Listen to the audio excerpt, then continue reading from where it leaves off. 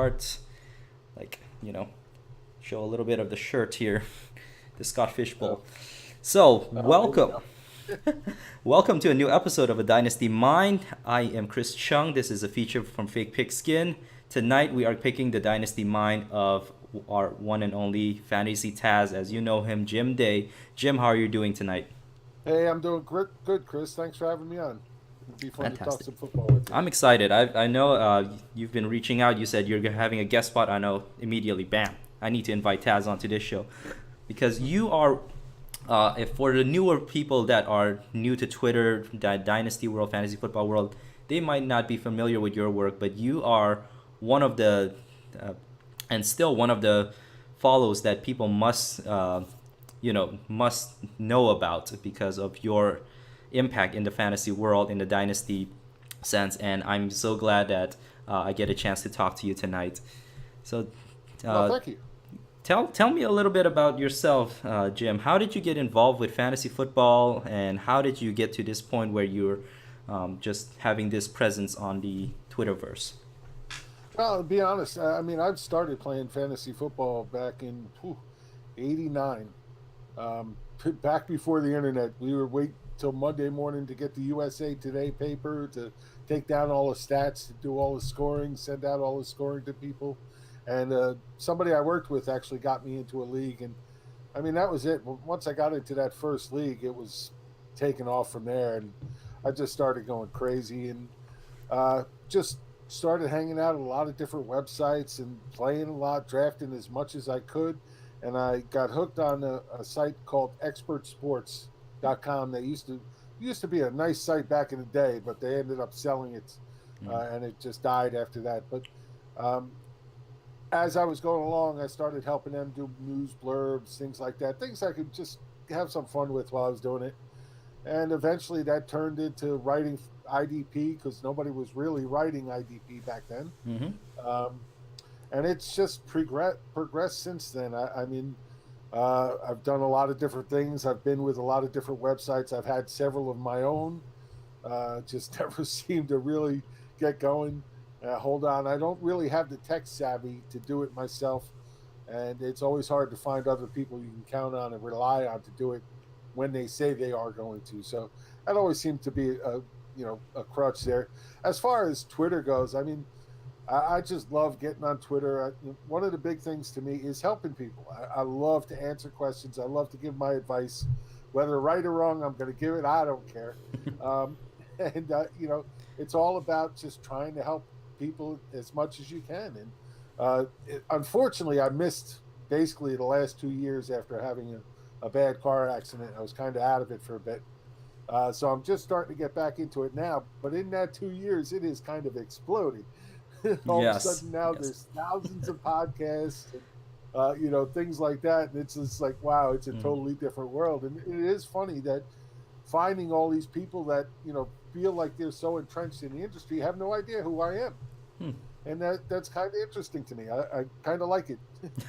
So you're sort of like, oh man, who is this guy and how is he so smart and giving us all these advice?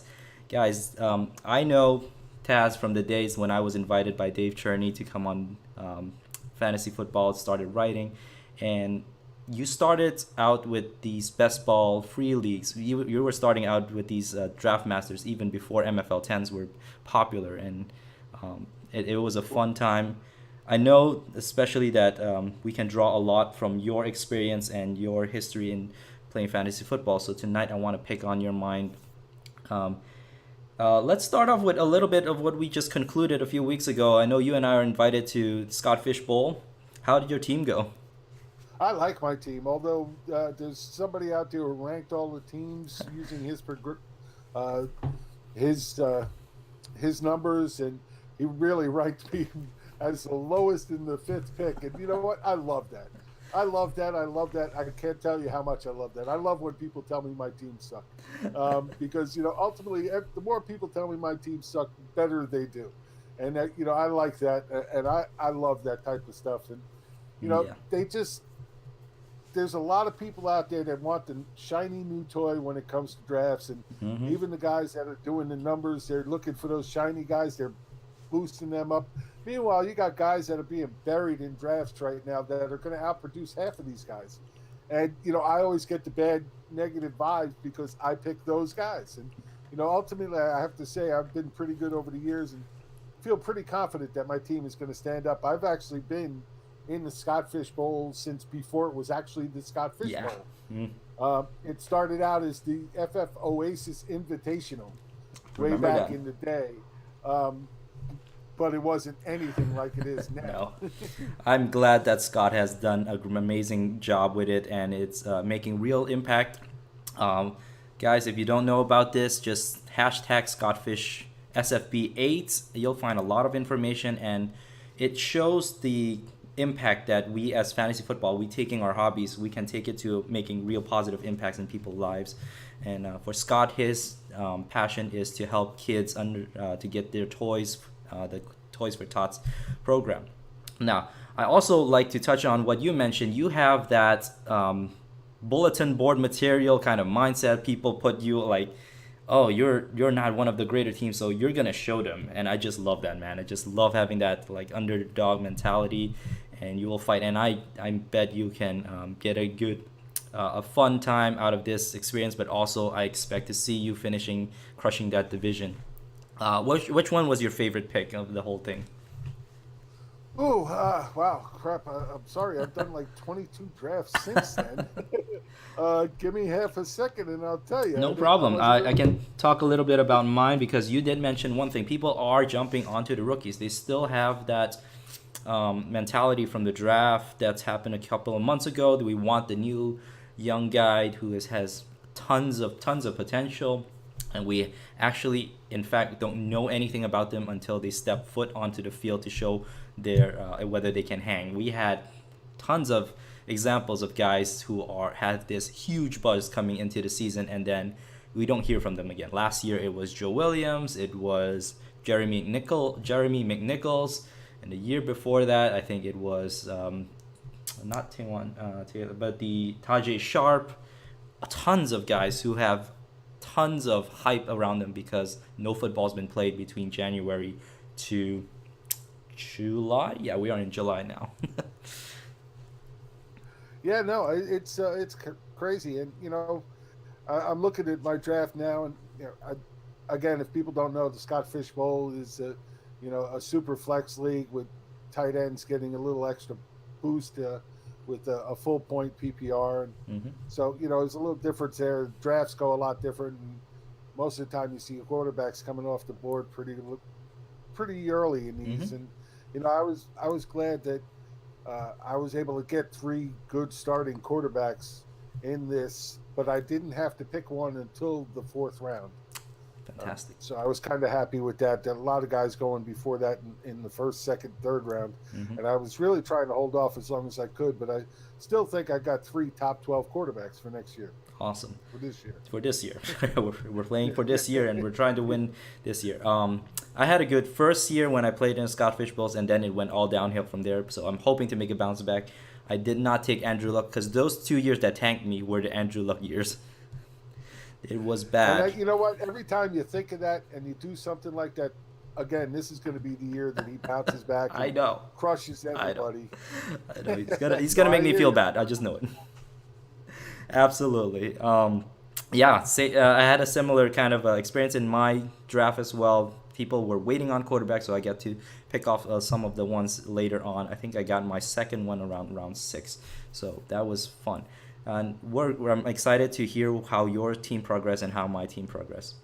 But tonight, let's get on talking about the season. The season's around the corner. We have training camp news about to start. We have only a couple of teams that started this week, and more will start this weekend. We are heading into preseason soon, and that will see some real, quote unquote, real fly football being played. But so there's a lot of things to react to. But before we even get there, a couple of news just broke today. Todd Gurley get an extension. Julio Jones deciding to hold out.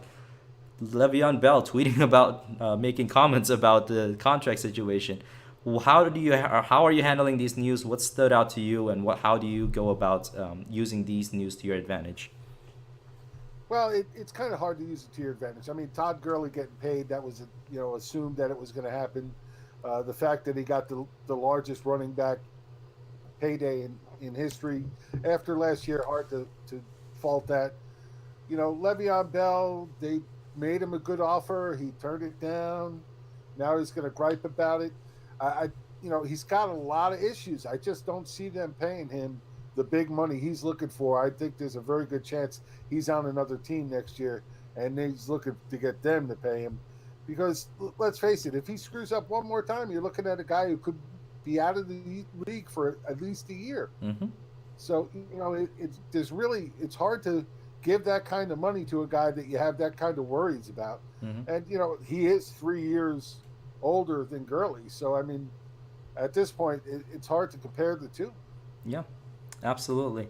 And we also have to remember that because Lev Bell skipped training camp last year all the way up until the last week of training camp or preseason, he had a very, very slow September. And that is some worry too. That's because we're talking about, a quarter of a season. We have to rely on the guy that we drafted first round. Yeah, so there are some levels of concern there. Will he continue to be an RB1 for this year? I think so, but in a dynasty sense, we have to start thinking about making plans, whatever that may be. I'll tell you the truth. If it's me in a dynasty league, right now is the time I'm looking to sell him. Mm. Yeah. I'd like to sell him for a couple of younger pieces, something that could, strengthen my team. I know you take a little bit of a hit this year, but he really has a future that has a lot of concerns to me. Mm-hmm. Okay, and I would definitely see that concern being factored in and pushing you to take an initiative right now if you do own him. I don't have him in any of my leagues so far, whether by design or whether I never just valued running back that highly in a startup. Any other news that stood out to you from today before we hit to our main topics? Well, it was just some news that just came out about an hour ago, or at least that's where I saw it, about somebody saying that Odell Beckham tried to pay a woman for sex. But it seems to be there's a long story going on between the two of them, history. So I'm not exactly sure what's going on yet. I guess we won't know for probably quite a while. Something along the same line as the little Sean McCoy thing. We don't know what's really happening. But the problem does come into play that, we don't know what's happening, but sometimes that doesn't matter to the NFL. Right. Right. And sometimes the NFL does what they want, no matter what is the truth or not the truth. And, anytime this comes up, it's got to be a little bit scary, especially when you're a young guy like Odell who's trying to get paid and should get paid after, basically the first 3 seasons of his that just was off the charts and better than anything we've ever seen before. Absolutely. And I think you're right. Now, the NFL, they have inconsistent way of coming down on this. Inconsistent. Yeah, that's a good way to put it. They really do. This all started a couple of years ago. We're not just talking about right now. And it's still happening. But what it does for me, what impact it does have is on the minds of owners. Last year we saw it with Zeke. I've seen a couple of analyst touts that are like, I'm selling Zeke right off the bat. He's going to be bad news. He's going to be stuck with negative news. I'm seeing some similar flavors to Odell, so I don't know how that plays out. But if I have that opportunity, Odell, I will treat differently than Bell. I would actually go out and try to acquire him if I can sense a 1 to 2 to 3% discount. I'm trying. What about you? Oh, I totally agree with you. I think this kid is going to, if he could stay healthy for another 7, 8, 9 years playing in this league, I think you'd look at it a glorified Hall of Famer, no doubt. He's just got all the talent in the world. And if he can mature even a little bit, I think we're looking at a guy who's going to be that next number 1, taking over for Antonio Brown sooner rather than later. Yeah. And that's the hope. He's shown it that he can do it. I have no reason to think that he's slowing down or declining in his plays. So let's hit on to our main topics for today, Jim. As we head into the season, what are some tools, what are some things you are doing to help yourself prepare throughout this month of preseason, and then we're heading into the actual NFL kickoff in September? Well, the first thing I'm going to tell people if they want to prepare, the best way to prepare is to draft. There's nothing better. Draft. Get out there, draft. See what happens. Try different strategies. It's one of the reasons I started doing the Draft Masters way back when, because while it is it's not really a mock draft. It is a Mm-hmm. league. You Right. follow it all the way through. You get to see what happens. It's a best ball league, but you get to see what your choices did at the end of the season, Mm-hmm. as opposed to a mock where you just see it now and you're wondering. Mm-hmm. So one of the things I like about that is you can do as many as you want. They're free on myfantasyleague.com, which is great. And we did a lot of them for the Scott Fish Bowl before the Scott Fish Bowl set up exactly like it, and people like that. We did about 25 of those. So it's the biggest thing is just draft. Get out there, draft, try different things, try different strategies. And the one thing you need to know when you draft is that don't go in with a set design that you have to follow, because every draft is different and you need to be fluid and moving. I think that's very sound advice. People get stuck on, I need to draft three running backs at the beginning. I need to draft a one running back, one wide receiver, and they get stuck because of that. I also like that you brought up the fact that drafting is the best way of preparing, because mock drafts, people have a completely different mindset. They're too lackadaisical, they don't take it seriously. But the draft masters that I've been part of, I treat it as a real league, and that helps me put me in the right mindset to begin with. And you're prepared on the day of your draft that you will go in. What do you do when unexpected things happen? When players fall, when players get sniped from you, do you react appropriately? Do you get shocked? So all of those things, I think it's been particularly helpful by playing in those Draft Masters League. Um, that's a very good advice to have. Um, are there other things then that you incorporate in your preparation? Oh, absolutely. There's a ton. There's no doubt about it. That's just the first and biggest. Mm-hmm. Um, there's a lot of great tools out there, different websites, different apps that bring a lot to the table. And one of the first that I've been using for years is the Draft Dominator Mm-hmm. from Football Yeah. Guys. It's a great app that actually now you can get, so you can run it on your PC. You don't need the app anymore if you don't want to. It's a great piece of work done by Football Guys. They do it every year, and it just gives you everything you need at the touch of a button when you're trying to do a draft with all the information at hand. So that's a great thing. For me, Twitter is huge, but I actually like TweetDeck for Twitter, Mm-hmm. because the thing I like about TweetDeck is I can set it up to where I have different columns for different things. I have a column just for beat writers. I have a column for fantasy football experts. A column for uh, friends and things like that. But it just lets me separate out the people that give me different information, Yeah. and I use that religiously. I'm on TweetDeck or Twitter. If I'm up, I'm on Twitter. I can vouch for that. It's right on the opening of my page. The first thing I do is TweetDeck. A lot of information that you can really sort and organize, especially when we have streams of like tweets coming in. You need some columns to help you get sorted. This is important. I need to pay attention to this guy.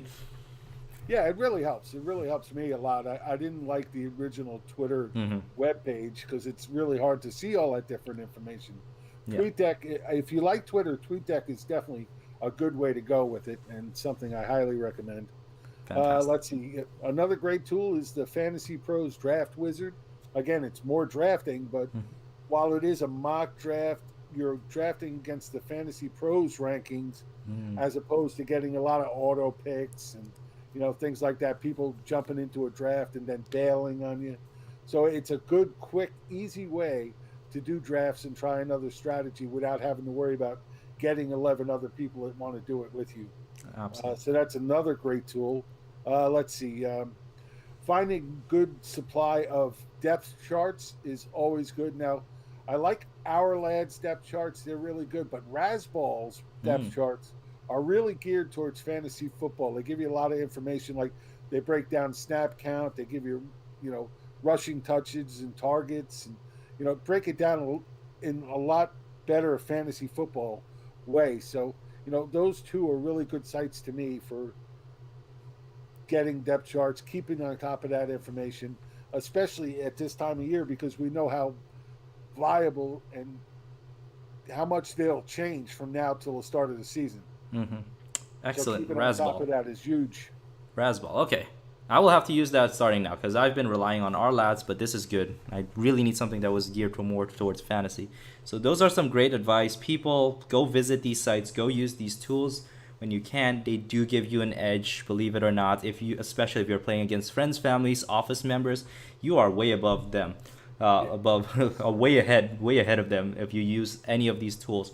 But if you're playing against people of similar skills that are really diehards, these will help you stay organized. Now, in using tools, what has been one of the mistakes that you've kind of observed how people draft or how people use the information that are out there? Well, a lot of times it comes down to ADP is huge this time of year, average Hmm. draft position, Yeah.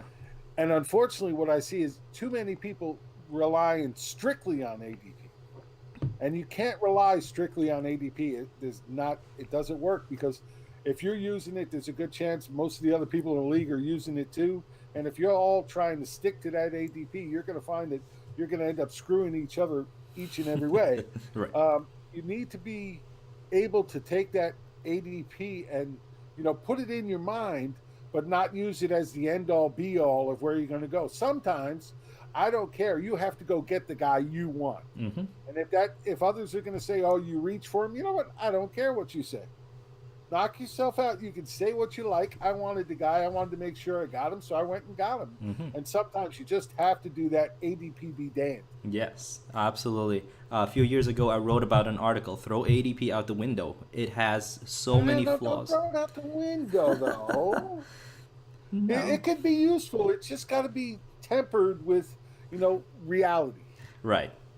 Right. You have to contextualize it to your league, understanding of your league mates, your scoring system, and all of that. So I agree. I might have been a little hasty in throwing it out the window. I'll recuperate that. I'll pick that back up once can find it. It's out the window already. I'm sorry. But there are a lot of ways that people explain the use of ADP in a way that's very ineffective. It's very unhelpful when you don't contextualize it, like you mentioned.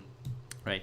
So that's great advice, and people pay attention to and make sure you do the homework before you try to reach for your players or decide to use these information. So those are some very helpful tools to get us started. Now, in this time of buzzes, we're going to hear about camp battles. We're going to hear about players being great, looking great in camps. We're going to hear beat writers. We're going to hear coach speak. All of these news. Through your experience in playing fantasy football, how do you react to such news? React to the camp news, react to these hype post snippets videos that people post on Twitter, and all of those things.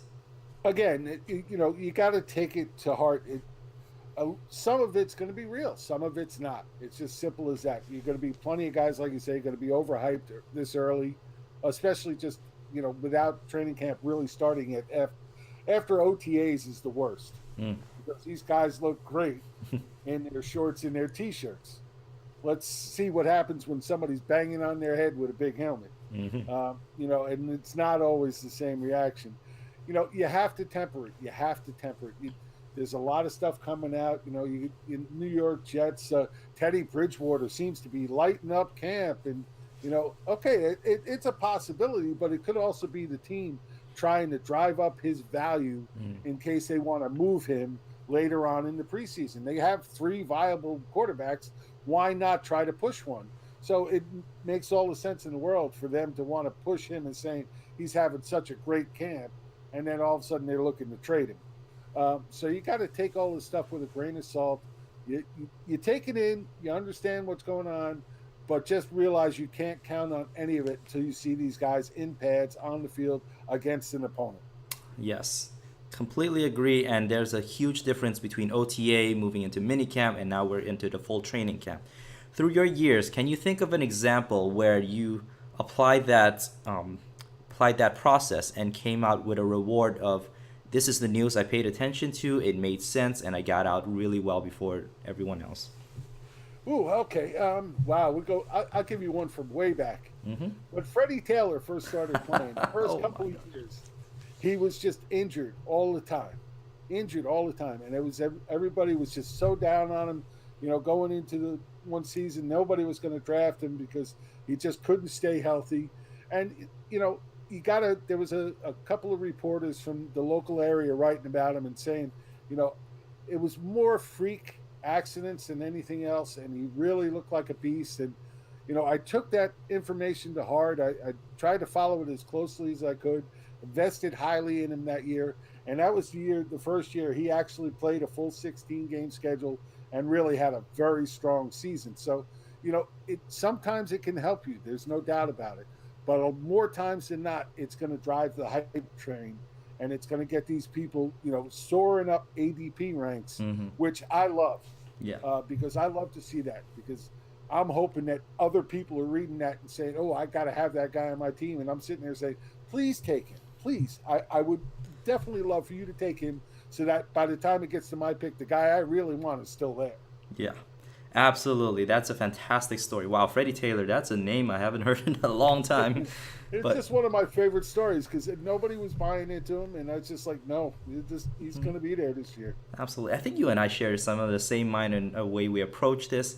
When a hype, or not hype, but when a beat writer writes about a player, I pay attention to as much as I can, but when it drives up the hype for others, Twitter now is proliferated with information and it will get people moving that ADP up. When that happens, I become careful about that. But if there's news out there, something like a Freddie Taylor, and nobody's reacting to it, I think I found someone that I really want to pay attention to and have on my team. Last year, I can give the example of one that was driven up so high that his hype was out of control. Then that was Terrell Pryor. I had really little expectation that he would really do well in Washington. People were giving me all kinds of reasons why. Oh, he's got a better quarterback. He's in a better situation. But I had to think about what he did the year before in Browns. He was not a full-time wide receiver. He had boosted his value up because he played quarterback at times. And then you came up with all those camp videos of people seeing him making highlight catches and all of that, and it just really drove his ADP all the way up, and it went out of control.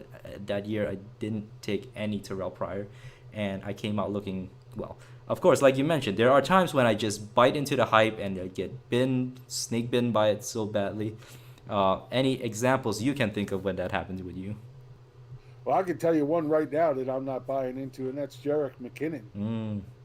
Going to San Francisco. Look, the guy is a glorified third down specialist.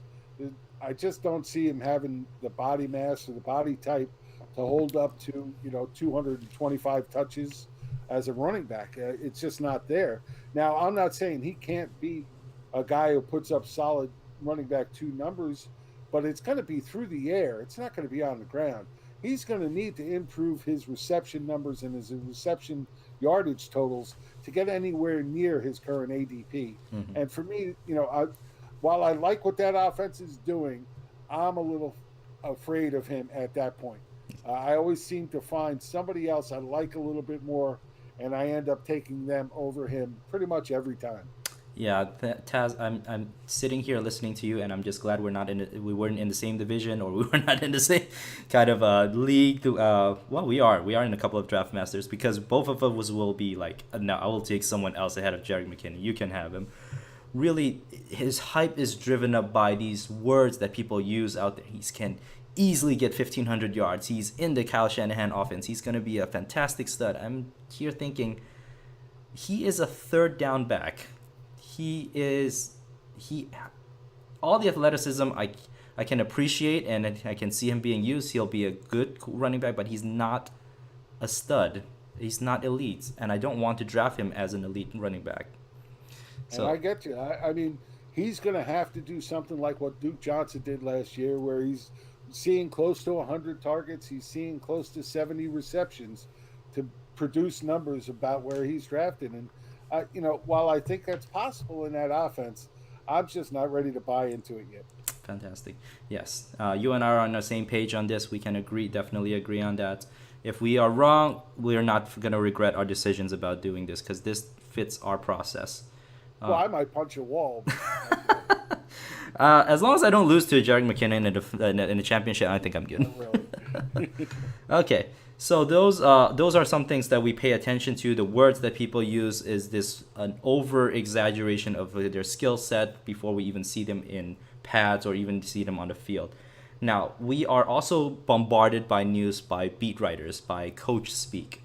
In throughout your times playing fantasy football, how have you taken these coach speak? How have you taken the beat writers' reports and um, made sense of them? What is worth paying attention to and what is not worth paying attention to? Well, first of all, coach speak this early, I rarely pay any attention to. Coach speak itself, what the coaches are saying, I don't care. Most of the time, 90% of the time, it's not going to be anything that's helpful to us at all. The beat writers are a different story. The thing I like about beat writers is that you always have multiple beat writers covering every team. So you can get different outlooks from different beat writers on that same team. And, when you're looking at 4 or 5 different reports that are definitely saying this, good things about a player, then you could start to believe it. But when you're seeing like one maybe really hyping up a player, but the other 4 maybe not so much, well, then you have to take that with a grain of salt. And so it's more about trying to get as many different outlooks as possible before you make your own decision. Oh, that's a good advice to give, because I know a lot of people hang on to one beat writer and take their words as the truth or whatever their observation is, and there are multiple. We have to remember there are multiple people looking and watching, so that's a good one. Do you I have mean, I maybe? follow several hundred beat writers now. Wow, do you have a running list going? I'm actually updating it as we speak because there's been a lot of changes since the last time I was doing this full time. But I do have a full list that I'll actually be putting out there probably pretty soon because it's definitely something I think can help other people. Absolutely great, fantastic. We're looking forward to that. Now, on average, how many beat writers do you say are covering one team? Oh, it's I'm saying is usually you can find at least 4 or 5 good beat writers on any team. Some teams have way more than that, which is even better. Yeah. But like I said, the more people, I can't go to see all these practices. I can't be there to see it, and of course they don't videotape it for us to see. So the more eyes that are actually at the practices can actually be there, seeing and describing to us, the better. Yeah, then that's helpful because you have corroborating information now. It's not just from one person. Because I know some beat writers are more fans than they are objective writers, and you want to make sure that others are seeing similar things, if not the same thing, as this certain beat writer. Fantastic. So hopefully we'll be able to get this list of yours. You'll be sharing it. I don't know if it's gonna be on your Oh site. yeah, it'll be on Twitter as soon as I'm done. Awesome, awesome. Thank you so much for that hard work. Now, our last kind of discussion point, and as we talk this trend of paying attention to preseason stuff, what are some of the camp battles you are looking forward to? Oh, I got a whole list here. Great. Get to my page. Give me a second. I'm an old school guy, as you can see. Everything's on my notebooks. Oh, yes. So there's a lot. I'll start with one that there's definitely a lot of fantasy talk about, and that's rookie Rashad Penny going up against Chris Carson, who Yes. got talked up in OTAs. And how good he looked, and people talking about how good he looked last year before he got injured, and really, if you take a hard look at the numbers he produced last year before he got injured, they weren't great numbers. They were mediocre numbers. This is a kid that undrafted. He could make the not well. He will make the team, no doubt. But there's no way he's going to push a first-round pick off the field unless Rashad Penny comes out and can't block for his quarterback. If he can't pick up blitzes, if he can't learn to see what he needs to see, that's the only thing that's going to keep him off the field. Chris Carson isn't. Okay. So that's What's your thought? What do you think of those two? I'd like to hear your opinion. Yeah, that's where we might be standing a little bit. I have similar thoughts about Chris Carson. His numbers did not look fantastic. I think he was more of a product of looking good on film. and people hyping him up because he was the leading back for Seattle for a while all others did not look good. Eddie Lacy looked like, Eddie Lacy. J.D. McKissick was a wide receiver more so, a special teamer. Mike Davis was there for a while, but he was Mike Davis. Just didn't get it done. So by default, people were thinking, oh, Chris Carson's going to be the lead back. So coming into this year, and while I think Rashad Penny is a good running back, I don't think he gets the bulk of the carry as much as people thought he would at the beginning when Pete Carroll, old good old Pete, was saying he's a third down back, he's going to get every touches. I think Carson will cut into that. So I'm keeping that as a factor as to why I'm not as high on Penny as most are. I don't think Carson is going to be anything amazing. My realistic outlook for him is that he might be similar to what Thomas Rawls kind of did when he was healthy. And it'll just be a split until someone mid-season. By mid-season, I think some clear touches will be divided as to who will get the majority of them. So yes, it is a camp battle to watch for. And I never count out Seattle with their hits on late round draft picks or undrafted free agents. No, you're right. Pete Carroll has definitely made quite a few of them into very good NFL players. So no doubt about it.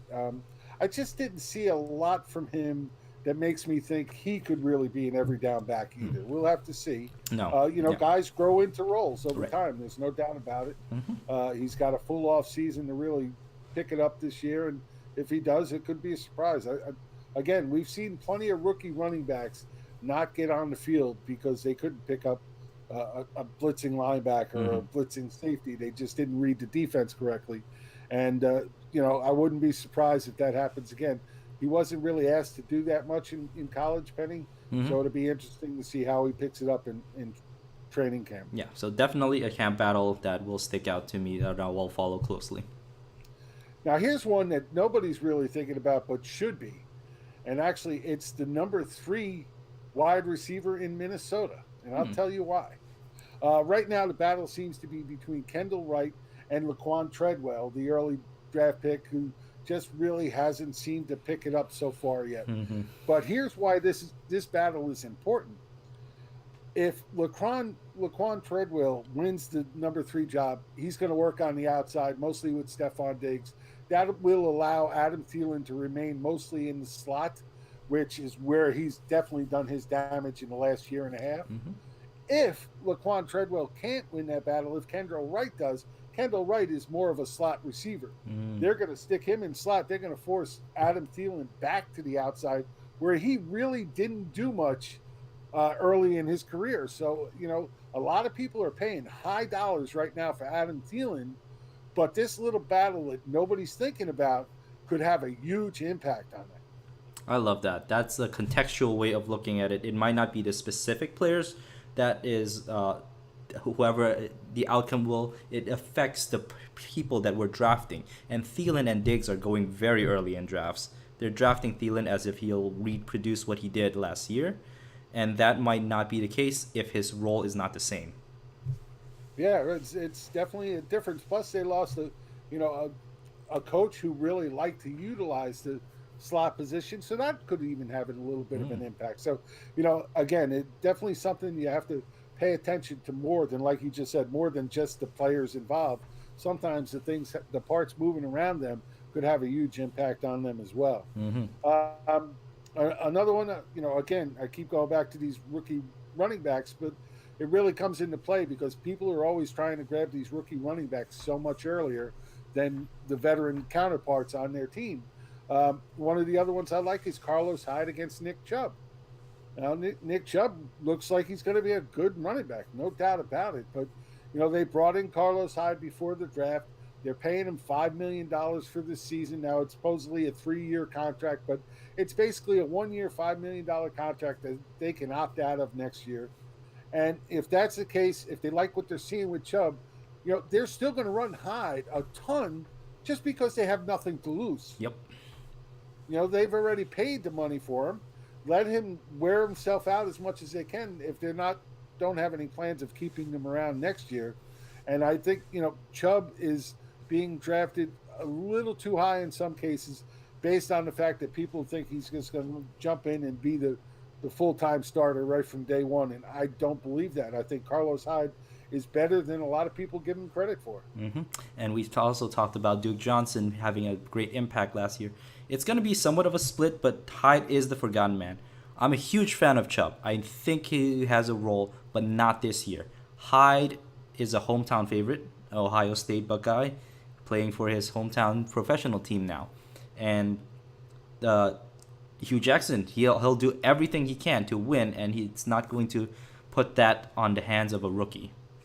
He will have Tyrod Taylor. He'll have Hyde. Cleveland is probably one of the most improved offenses if they play up to what they show on paper. I mean, we can talk about it now, but Josh Gordon, of course, not being there for the start of training camp has been a big discussion point over the last couple of days. People worried about whether he's fallen under again. The league has said, well, it's definitely not a suspension. But the league also came out and said, but, we'll get to that when it becomes necessary. Mm-hmm. So there's something there that they're just not telling us. Hopefully it's just for his benefit. Let's face it. This is a game we play. That's a game he plays. If this is really helping his life, then good for him. Yes. Let him get it set. We know he has a ton of problems or had a ton of problems. He's been said to have been making a huge step forward. Hopefully this is a part of that huge step forward, because let's face it, when he's on the field, he is one of the most dynamic receivers we've ever seen in our lifetimes. Mm-hmm. The man is just an excellent receiver. He's built like a freaking tank. There's no doubt about it. And I'd love to see him back on the field just because of what he can do. And if he is on the field for a full 16 games this year, I think that Cleveland offense is going to surprise a lot of people. Absolutely. I am a huge fan of Josh Gordon's game. I tried and I've had a good success. I think I own him in 80% of my leagues right now. And this is a minor worry, but it's not something that I'm reacting to just right now. Something that I'll continue to monitor. And you're right. He is a guy that can change the offense. He can provide so many different dimensions. And he's an all-around type of wide receiver. If he reaches his upside, he's on the tier of AJ Green. He's on the tier of Julio Jones, I believe. Oh, I absolutely agree with that. There's no doubt about it. He's shown he can do that. Mm-hmm. He put up those kind of monster numbers. So, again, I personally hope he is. I'd love to see Cleveland make a huge step forward and really become a viable team for a change. It'd be nice in our lifetime to see a Cleveland Brown team that could actually flirt with the playoffs. Absolutely. If 32 teams all can show some competitiveness, not being a joke, it'll be great for the overall product of the NFL. Completely agree with that. And then there's there's a lot more, but I'll go into one more that I really like. I'm following a lot. And that's because I really like the one guy that's involved in this, and that's the Dallas Cowboy wide receiver ranks.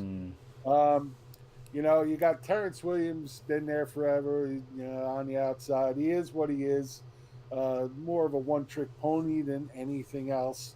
They go in and bring in Allen Hurns, who is a guy I like. He makes big plays. Is a lot of his game that I like a lot, and I personally have him as the number one wide receiver on this team, although there's a lot of discussion about that. Sure. Especially with the rookie Michael Gallup coming in, who has a ton of talent and could easily step in and be a big wide receiver for this team. Really comes down to who Dak Prescott, clicks with, who he really starts to feel safe with. Right. I think it's going to be, Hurns and Gallup on the outside, Cole Beasley in the slot. And I think that, that wide receiver core is going to be better than people think it is. Yeah. I'm very, very much on the same page as you. I am very hopeful. I think Dak can make use of their wide receiver. I'm expecting a high-end consistent wide receiver numbers out of any of them, because I think Dak can spread it around. But yes, the battle I am paying a lot of attention to is Hurns and Gallup. I'm partial. But the good thing here, though, is that you're not paying a lot for either of them. Yeah. Right now, Hurns has an ADP of 10, 11. I know. 11th pick in the 10th round. Mm-hmm. And Michael Gallup has an ADP of the 9th pick in the 11th round. So you're not paying anything for either one of them if they don't show up for you, so what? Yeah. It's not a big loss at that point in the draft, Mm-hmm. because these are guys that are mainly set to sit on your bench. Mm-hmm. But if one of these guys hits as Dak's favorite target, then you're looking at a guy who's going to greatly outproduce his ADP. Mm-hmm. So, they're not guys you have to heavily invest in, but one of these two guys, I think, Gallup or Hearns, is going to put up some solid numbers. I'm not talking wide receiver one numbers, of course, but I definitely wouldn't be surprised at all if one of them sneaks into the end of wide receiver two, beginning wide receiver three territory. Mm-hmm. Absolutely. And Hearns has been there before. He's flirted with 1,000 yards seasons. Why not now? I mean, I'm partial to him. He's a Miami boy. I've seen him play in college. I understand that he has some limitations, but he's no longer on grass. He's allergic to grass, if people don't know that. Yeah. He's allergic to grass, and that came out, I think, in his second year in Jaguars. But now gets to play in Jerry's world. Well, plus you got Ezekiel Elliott there, so it's not like defenses can really crowd the wide receivers at in any given play. You got to concern yourself with Ezekiel Elliott. So it'll be interesting to play. And as of this point, they really don't have any tight end to speak of. So these wide receivers are going to have to step up. I want to see which one. Absolutely. Well, thank you so much, Taz. Those are some fantastic camp battles that I am definitely excited to follow through. I want to thank you for coming on tonight. It's been a great pleasure to talk to you and dig into your mind. Now, how about you tell people where they can find your work, what they can look forward from you as you help us move into the fantasy football season. Well, there's a few things going on. Well, right now I'm writing for FightingChanceFantasy.com, so you can see most of the stuff that I'm doing there. Right now, most of the articles I'm writing, I'm doing on Twitter, a thing called Twitter Question of the Day, and it's something I started a few years ago, where just to try and get people to have more discussions about certain players or certain thought processes, and it seems to go well. I get a lot of responses, and I take that and I turn that into an article so that others can see what others are thinking, not just experts, but other people. Sure. A lot of people are thinking the same thing. Why not find out who it is and engender some more conversations between other people, which we have done. So I like that. Another thing that I'm working on right now is actually 2 new podcasts. I'm working on one with Jody Smith from Fantasy Pros. Yeah. And then I'm working on another one possibly with Tony Sincata from Sirius. Oh. Well, used to be from the Sirius Network. Right. He's not on Sirius anymore, but he's also the guy that gave me my first co-hosting duties on his podcast way back in the day. So him and I are looking to get back to working together and putting another fun podcast together. So, that's where you get, and of course on Twitter, you can always find me at Fantasy Taz. Ask me anything you want. I'll answer every question I get. I always do. Fantastic. So thank you so much. FightingChance.com? Fighting Chance Fantasy. FightingChanceFantasy.com. Go visit it. I'll leave it in the description of this video. Thank you so much for joining me tonight, Taz. This has been a fantastic episode. I'm glad you are able to join me for the Dynasty Mind. People, subscribe to my channel when you can. We have a lot of fantastic guests, and now we're adding another fantastic one to the list of Fantasy Taz Gym Day. Thank you so much for joining me. Have a great evening. You too, Chris. Thanks very much.